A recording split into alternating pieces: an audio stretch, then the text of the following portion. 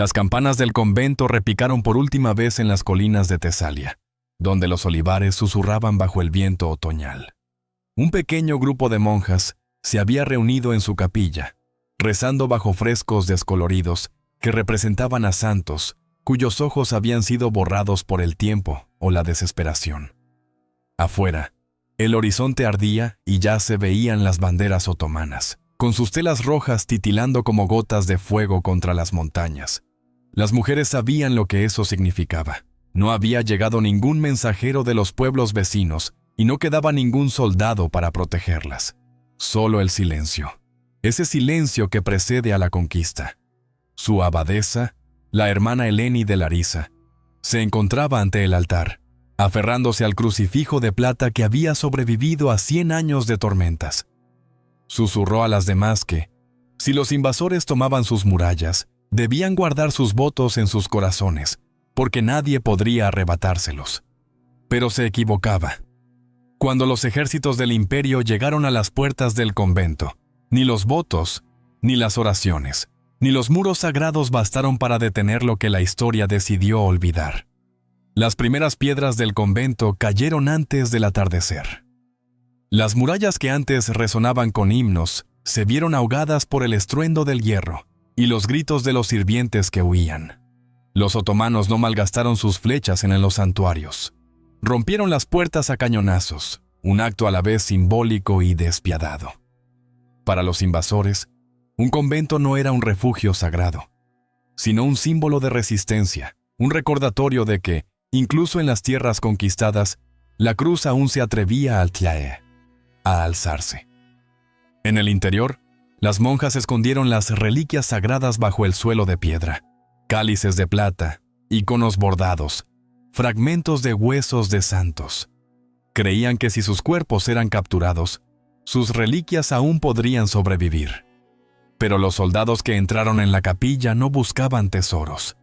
Buscaban una prueba, la prueba de que habían aplastado no solo a los ejércitos enemigos, sino también su propia fe. Al caer la noche, las hermanas supervivientes fueron reunidas en el patio.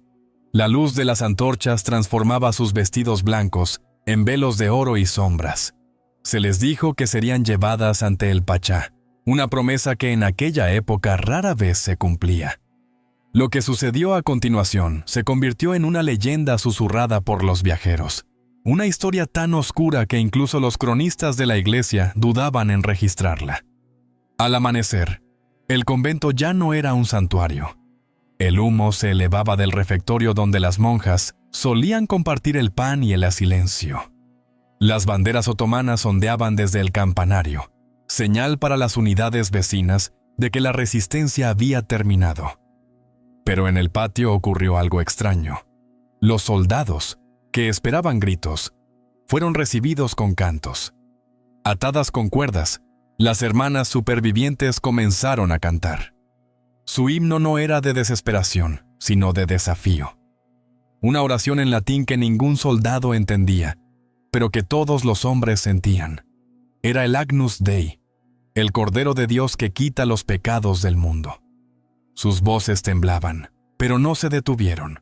El capitán otomano, sin saber si burlarse de ellas o hacerlas callar, ordenó a los guardias que separaran a la abadesa Eleni de las demás. La arrastraron ante él, aún aferrada a la cruz de plata que había sobrevivido al altar en llamas. Él le dijo que si renunciaba a su Dios y aceptaba la fe del conquistador, sus hermanas se salvarían. Su respuesta fue sencilla y fatal. Declaró que ya había dado su vida y preguntó qué le quedaba por quitar. El capitán dudó, tal vez impresionado por su calma. Luego, con un movimiento de cabeza, se dio la vuelta y la dejó a merced de sus hombres. Lo que siguió no se registró en detalle. Incluso las crónicas otomanas, que a menudo glorificaban la victoria, describieron lo sucedido solo como una medida disciplinaria para quienes se negaban a entrar en razón. Pero en escritos europeos posteriores, su nombre reapareció como el de Eleni de Larisa, la monja que no se arrodilló.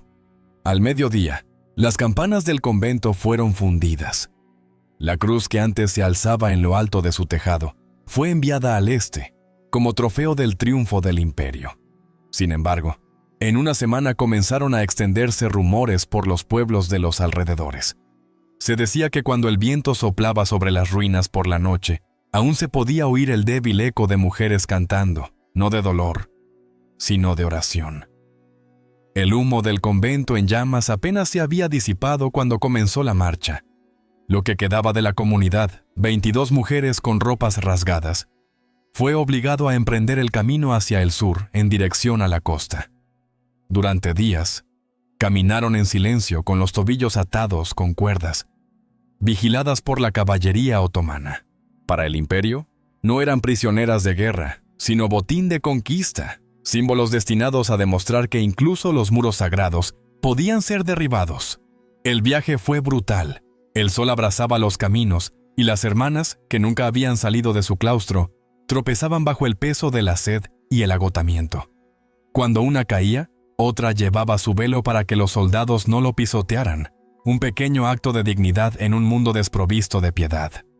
La abadesa Eleni ya no estaba allí, pero sus últimas palabras vivían entre ellas. Si no podéis sostener la cruz, sosteneos unas a otras. Después de 7 días, la columna llegó al puerto de Volos. Allí les esperaban galeras otomanas, barcos construidos no para la comodidad, sino para el control. Las mujeres fueron amontonadas a bordo, con las muñecas encadenadas a los bancos, donde viajaban los prisioneros y los esclavos.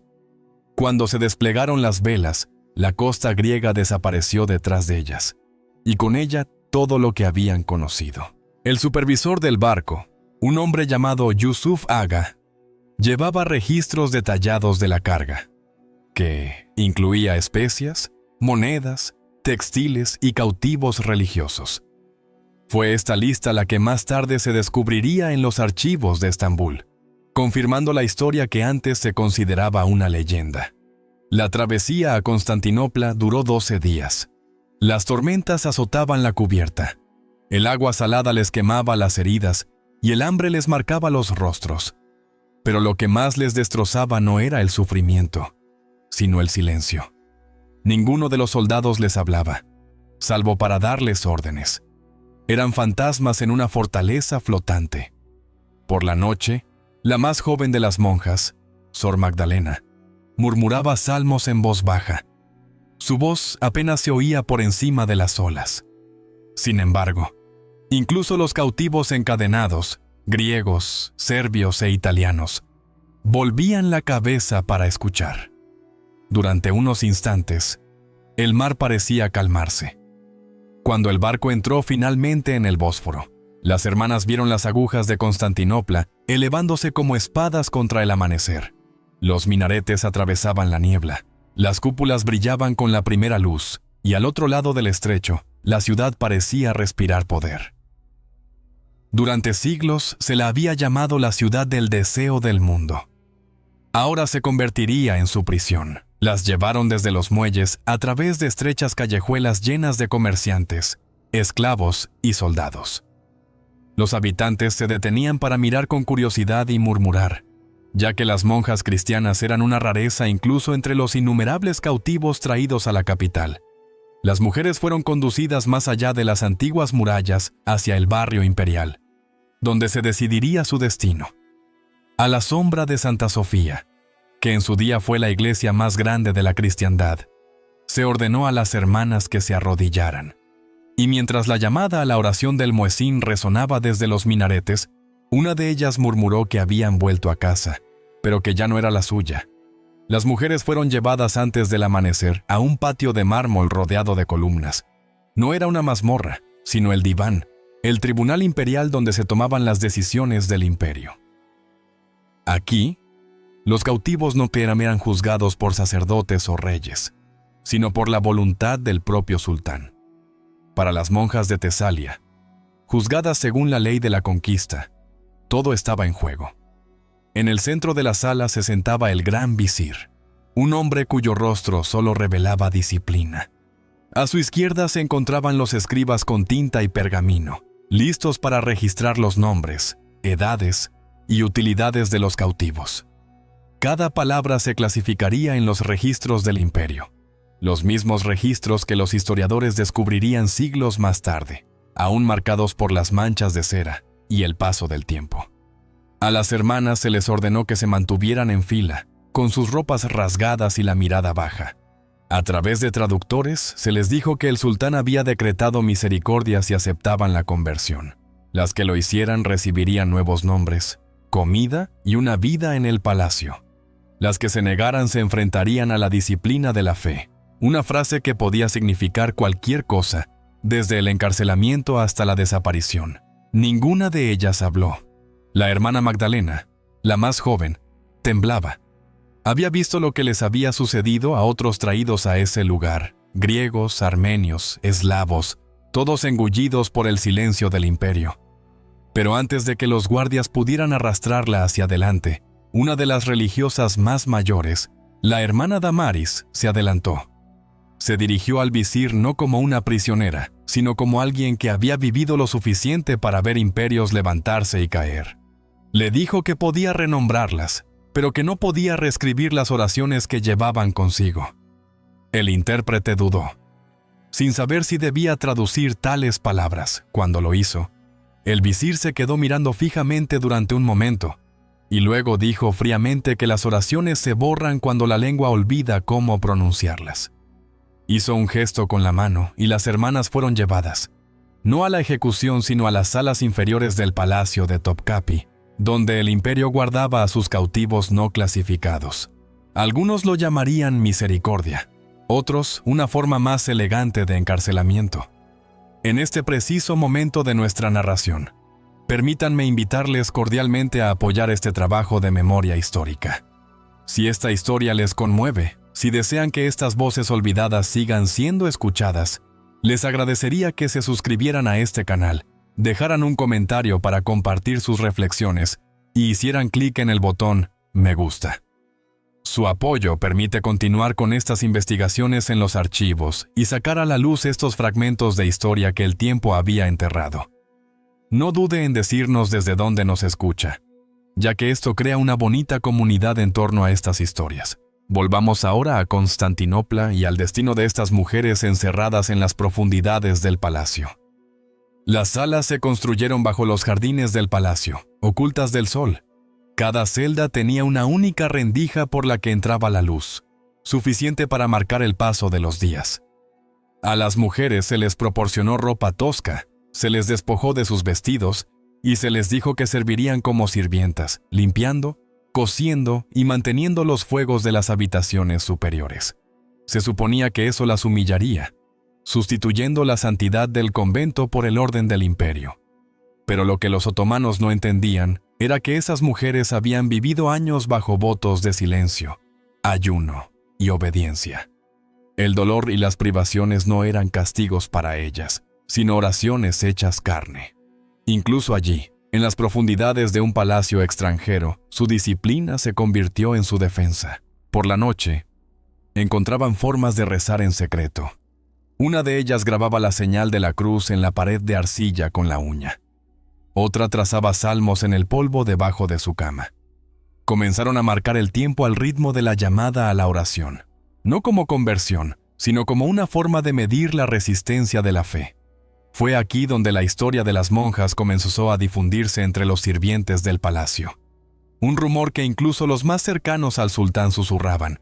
Se las llamaba las hermanas silenciosas del Tódano. Para algunos, estaban malditas. Para otros, eran santas. Y en la calma de esos pasillos, su silencio era más fuerte que cualquier himno. Las semanas se convirtieron en meses bajo el palacio. Las manos de las mujeres se volvieron ásperas por el trabajo, lavando la ropa, puliendo el cobre, alimentando fuegos que nunca las calentaban. Se les dieron nuevas ropas de lino grueso y la orden de no pronunciar nunca sus antiguos nombres. A cada una se le asignó un número, una marca silenciosa de propiedad. El imperio creía que era solo cuestión de tiempo que la fe se doblegara ante la necesidad. Así comenzó el experimento, la prueba de conversión. Empezó con amabilidad.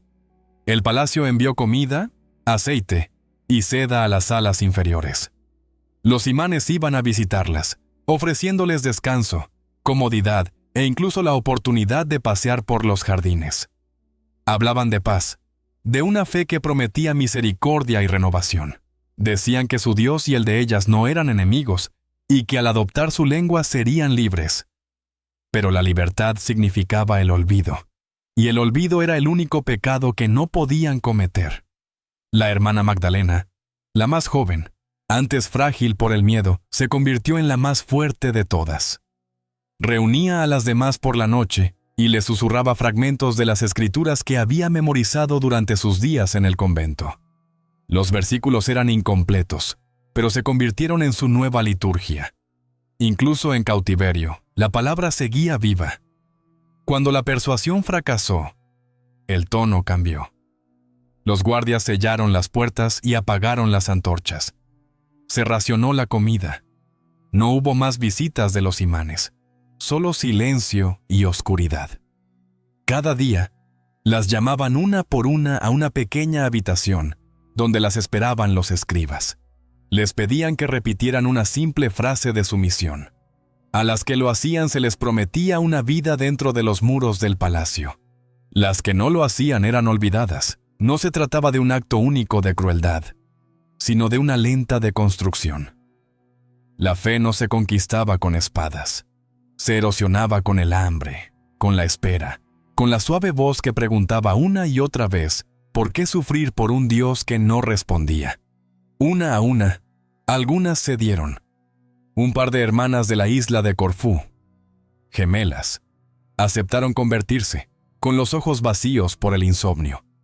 Se las llevaron, vestidas de seda, y nunca más se las volvió a ver. Para las demás, cada desaparición aumentaba tanto su dolor como su determinación. La hermana Damaris, que antes había dolido con audacia ante el gran visir, comenzó a marchitarse. Cuando los guardias le exigieron su nombre, les dio uno nuevo, no por desafío, sino por ironía. Les dijo que la llamaran Silencio. Su silencio se propagó como una epidemia. Pronto, ninguna de ellas hablaba con sus captores. Cuando se les hacían preguntas, solo respondían con inmovilidad. Y en esa inmovilidad recuperaron lo que el imperio había intentado quitarles: el control. Los registros de los archivos de Topkapi solo mencionan brevemente a estas mujeres como cautivas extranjeras de la antigua fe, pasivas, poco rentables, retiradas. Para los otomanos, eran fracasos de conversión. Pero para quienes más tarde escucharon su historia, se convirtieron en algo completamente diferente. Testimonios de resistencia, la prueba de que la fe podía sobrevivir donde las murallas no podían. Cuando la primavera volvió a los jardines del palacio, solo quedaban 11 de las 22 originales. Y aunque los guardias las llamaban fantasmas harapientos, los sirvientes murmuraban que a veces, a altas horas de la noche, cuando las antorchas ardían lentamente, se podían oír las voces de las mujeres cantando un himno en una lengua que nadie recordaba, pero que todos temían. En lo más profundo del pasillo más bajo del palacio, donde nunca llegaba la luz del sol, las monjas supervivientes descubrieron algo inesperado: un viejo arca sellada, medio enterrada bajo la piedra. El lugar estaba silencioso, abandonado, con el aire cargado del olor a polvo y antigüedad. Ningún guardia patrullaba esa parte de la estructura. Al principio, solo lo utilizaban para esconderse, pero con el tiempo se convirtió en otra cosa, en una capilla. Aunque ningún sacerdote la había bendecido, utilizaban fragmentos de cerámica rota como candelabros. Un trozo de lino se convirtió en su mantel de altar y, con un solo fragmento de espejo roto, hicieron una cruz rudimentaria. Allí, en ese lugar escondido, comenzaron a reunirse cada noche después de que el palacio se durmiera. No cantaban himnos en voz alta, solo murmuraban. Cada mujer se arrodillaba y contaba un recuerdo de su vida antes de ser capturada: una casa, un campanario, el sabor del pan antes del amanecer. Esos recuerdos se convirtieron en sus salmos, pequeñas ofrendas a un Dios que parecía lejano pero siempre atento. En un relato de un comerciante veneciano encarcelado en las cercanías, se mencionan extrañas voces en la noche bajo las alas del harén. mujeres cantando en latín a un dios que no pertenece a este imperio. Los historiadores lo rechazaron durante siglos como superstición hasta que los arqueólogos descubrieron bajo el complejo de Topkapi una pequeña habitación bordeada de grabados cristianos, cruces grabadas en la pared y una inscripción latina medio borrada por el tiempo que decía que la luz brilla en las tinieblas. Este descubrimiento lo cambió todo y demostró que aquellas mujeres no habían desaparecido en silencio. Dentro de esa capilla secreta, la hermana Magdalena comenzó a escribir con carbón en las paredes. No podía registrar sus nombres abiertamente, así que en su lugar dibujaba símbolos. Un pájaro por cada hermana que seguía viva, una pequeña llama por cada una que se había perdido. Cuando un nuevo pájaro dejaba de aparecer, las demás sabían que otra había caído. Los guardias nunca encontraron el lugar, pero notaron que algo cambiaba en las cautivas. A pesar de su confinamiento, las mujeres comenzaron a caminar con una extraña calma. Los vigilantes lo llamaban locura, pero los escribas escribieron que habían encontrado una fuerza que no era de este mundo. En el año 1482, el nuevo sultán ordenó una auditoría completa de los sirvientes del palacio. Se registró cada vida, excepto la de un grupo. En los archivos de Topkapi hay una sección vacía donde deberían haber estado 21 entradas. El registro simplemente dice, retiradas, no aptas para el servicio, utupanpoa, eliminadas. Así es como la historia las borró, no con fuego, sino con tinta retenida. El diario de un cortesano otomano menciona a mujeres extranjeras que se negaron y desaparecieron bajo los cimientos. Una carta veneciana habla de las extrañas desapariciones de monjas que no se dieron. Estos fragmentos conforman el contorno de una verdad que el imperio quería enterrar. La última mención de la hermana Magdalena proviene de un peregrino italiano que escuchó la historia de una mujer que cantaba a su Dios hasta que los guardias sellaron la habitación. En ese eco, su historia sobrevivió. Cuando Constantinopla cayó bajo la excavación moderna siglos más tarde, nadie habría imaginado que bajo las capas del imperio aún persistían las huellas de las mujeres que habían rezado en la oscuridad. Las monjas de Larisa habían dejado lo único que el imperio no podía confiscar: la fe grabada en la piedra. Está en la